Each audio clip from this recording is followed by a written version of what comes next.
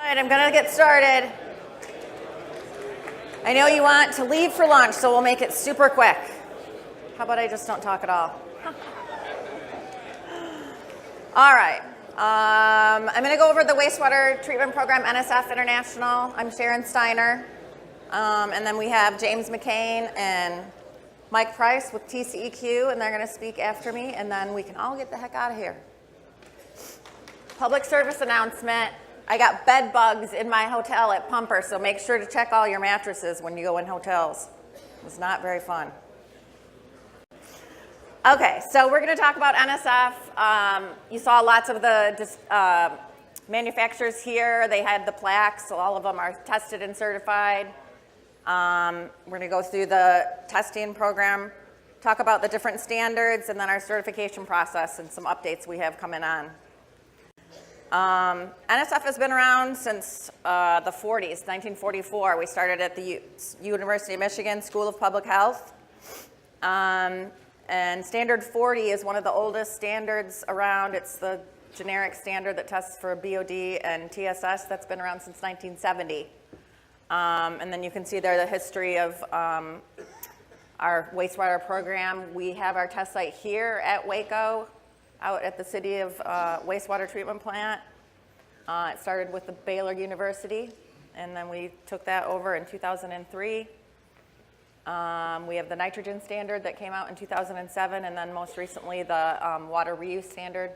We're hearing a lot more about that in California and some of the places that are drought-stricken, where we can have systems that actually can reuse the water for toilet flushing and irrigation. This is a picture of our test facility here in Waco. So we have 10 sites that are fenced in, and we can have 10 systems all testing. We're actually using the wastewater diverted from all of you. Thank you for going to the bathroom and letting us use your waste. With standard 350, we have to make simulated wastewater because that would be gray water. I'll talk a little bit more about that in a minute. And then we do have standard 360 where we can do actual field evaluations at homes.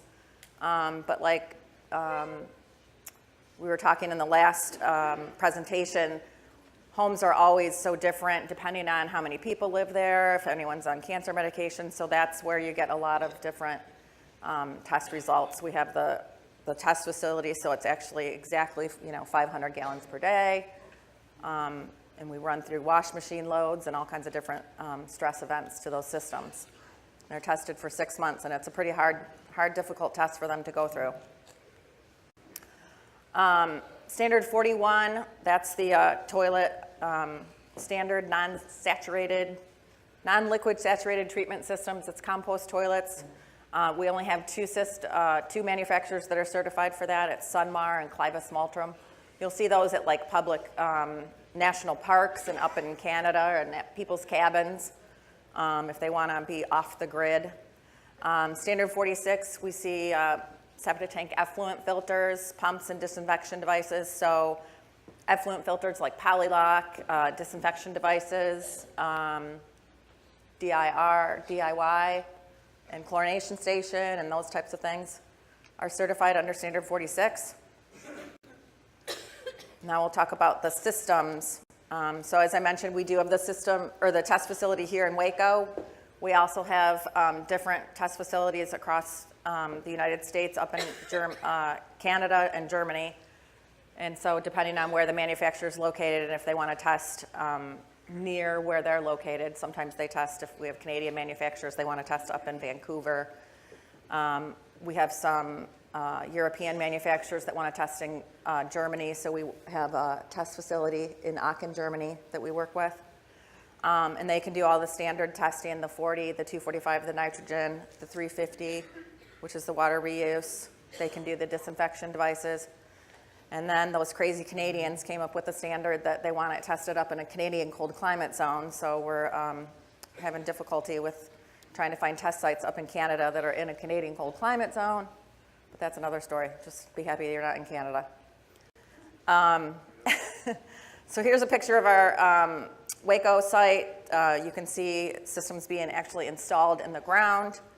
We test the complete residential system from 400 gallons to 1,500 gallons a day. And as I said, standard 40 is the oldest standard that's been around since the 70s. And that's the CBOD and the TSS reduction.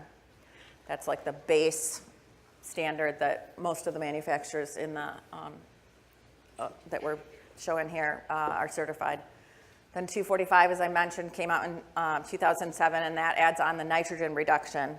So you'll see that a lot in waterway areas, Florida, up the East Coast, Chesapeake Bay region, places where they're concerned about nitrogen getting into those waterways. And it turns into a big green glob, and it's not very pretty, especially if you're living on a lake and you're paying for a nice house to look at a big green glob. People don't like that very much. New to Standard 40, and I put this in here, we just finished balloting the alternate aerator language. So we've talked, I know I've spoken here before, Paul Westmuth spoke last year about the aerators and how people like to change them out. We do keep a list of certified aerators for each of the systems. So we're adding this language to Standard 40 that we are going to now start testing the actual blowers, and we'll keep that on record, and then each system will have to be tested, each blower, will have to be tested with that system, and it will have to meet the same criteria as what was originally tested. A lot of manufacturers have different aerators. Of course, they want to, they don't want to just have one. They want to use a high blow or a METO or a SECO or gassed. So that language was just balloted, and it passed yesterday. So you'll see that coming, and we'll start actually testing. I guess that's good. We'll start actually testing the blower. This is a state population for on-site systems. So you can see there's a lot of states, especially here in the South. We see a lot of the manufacturers here are located with a lot of on-site systems. It's funny because people say that 20% they don't think for Texas is that much, and I'm like, well, yeah, well, 20% of a ginormous state that's the size of a country is quite a few people. So a lot of people are on on-site systems, especially here where you guys have a ton of land too. I like your houses that are on 100 acres. We don't see that very much up in Michigan. And this is where Standard 40 is referenced in state regulations. So, because again, you can see a lot in the South and then up in the East Coast, where those states require Standard 40 certification. And then here's where the nitrogen is added on. Again, like I mentioned, up in the East Coast by waterways, nitrogen is regulated in those states. So Standard 350, as I mentioned, is the water reuse standard. When I first took this job, I was really shocked to actually think about that we flush our toilets with drinking water. It's really insane that we spend so much money in clean water to flush our toilets and showers and faucets. So we're definitely going to see that in the future. Probably won't be when we're around, but I really think that we're going to have some difficult times in the future with food and water. It's going to be not so nice. So we're seeing systems that can actually treat the wastewater and clean it enough where they can use it to flush toilets and irrigate. We're seeing them on golf courses, lots of places that they can take the shower water, the clothes washing machine water, treat it to almost drinking water quality and be able to use that. So we have the Standard 350. It has the CBOD, the TSS, and then we add on the turbidity because they don't want to see, kind of murky looking water in your toilet, and E. coli, of course, so you want to make sure that it's clean of microbials and it won't get little children or people sick if they're flushing their toilet with it. Here's some of the certified products that we have so far. We only have 4 manufacturers listed right now, but we have a lot of people that are in the queue in testing. We have a lot of people that are interested in testing for commercial laundry systems and hotels that use massive amounts of water. If they can reuse that to rewash some of the sheets and some of the towels, it's a huge, huge, huge water savings. So right now we have Nexus e-water. They're located in California, and it takes the fresh water from showers and laundry, and it puts it through that little system, and it treats it clean enough, and they can use it for toilet flushing. They're installing them in 10,000 homes in California. In Northern California, they're partnering with Toll Brothers and LBC Homes. So, all those fancy movie stars can say, I have a gray water treatment system in my house. I guess it's the new cool thing to have. When we make the gray water challenge water, we came up with this recipe, and we made it at NSF, and they used way too much shampoo and had foam all over the lab, but we make up a challenge water using things that you would normally see in your bathing and in your laundry, using, shampoo, body moisturizer, toothpaste, bath cleaner, that type of thing.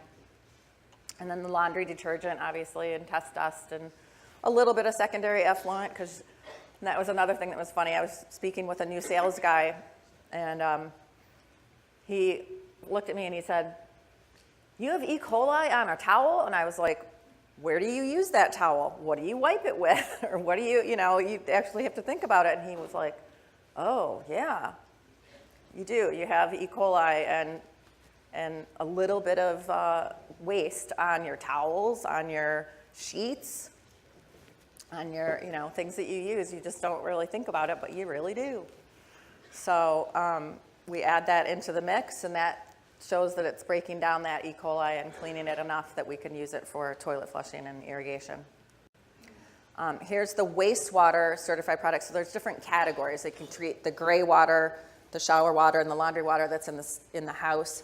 These systems actually take gray water or wastewater, so they're like a high-end aerobic treatment unit.